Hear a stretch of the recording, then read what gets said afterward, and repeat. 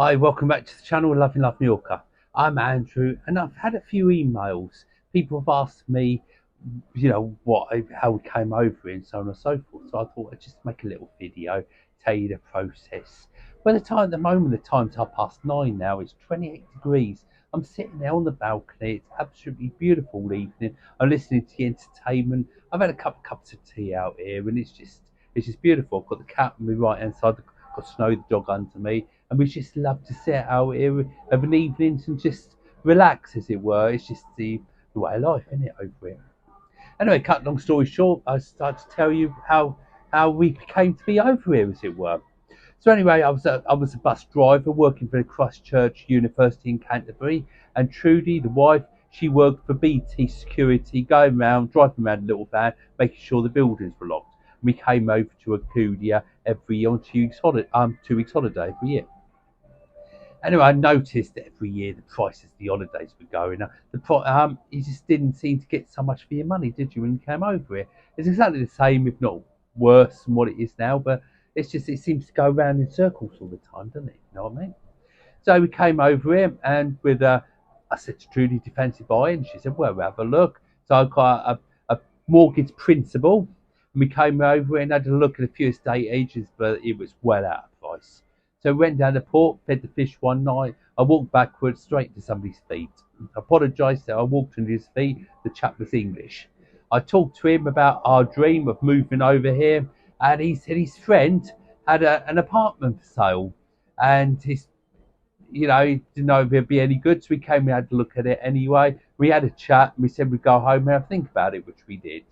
And I phoned him up, and we agreed a price and came over, bought the flat, continued to come on a holiday because we still had so much time off being coach driver and Trudy's work. Came over here and had summer holidays over here, the odd week, a few days, and so on and so forth, just enjoying ourselves.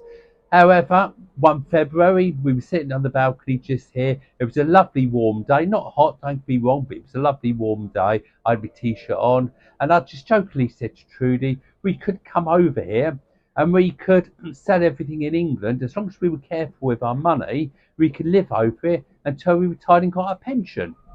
Well, she thought about it, and I was half joking, half not, get the idea. And we got home, and I'd gone back to work. Trudy had a few more days on me, and I said, "What have you done today, Trudy?" She'd been to B&Q's and bought some paint, and within 3 days, she'd painted the whole house. And she said, if I'm really being serious, she'll get somebody to come and value the house. But I thought, what can we lose? So we had the house valued, and we talked about it and talked about it. We decided to sell the house because I didn't want to be in Dover 10 years' time thinking, I wish we'd done it when we had the time. And we had our youth and everything. So we thought we'd give it a go now. If worst comes to us, we can always move back, can't we? So we came over it before Brexit, and I got my little job doing blanket trips on a like excursion with working alongside Tui, and eventually Trudy found a job um, working in hotels, and then COVID hit. Snowy, don't go for Tibbles. So COVID hit. Then I said to I lost my job. Trudy, I was already working, so she got her residencia, or she got her contract. She's got a residencia. I didn't get a contract, so I didn't get my residencia. So when COVID finished, obviously I wanted to get my residencia. This little card here.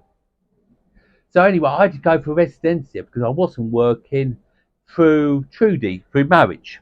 So we got our residencia in the end. It took a long time, a lot of hoops to go through. I had to have money in the bank, I had to have a private health insurance, I had to have everything you could think of.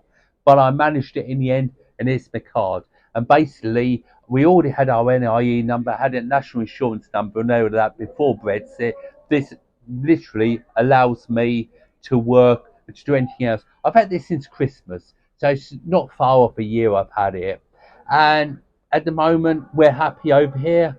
I won't say we're going to be over here forever, because forever's a long time. And if people say to us, "Are we going to be over here forever?" Can't answer that, I'm afraid. But at the moment, for the foreseeable future, we're happy here. We're going to stay here. Basically, that's it. And I'm sure I've forgotten some questions. If you've got a question, please put it below in the comments, and I'll try and answer it for you the best I can. And please give us a thumbs up. Subscribe if you haven't already. It's because I want to try and make this YouTube and all the other, all to do with the brand. I want to make that my job if I can, basically. And to get that, obviously, I need to bring some money in, some proper money.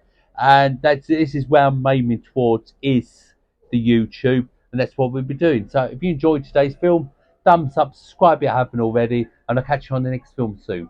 Take care and bye for now.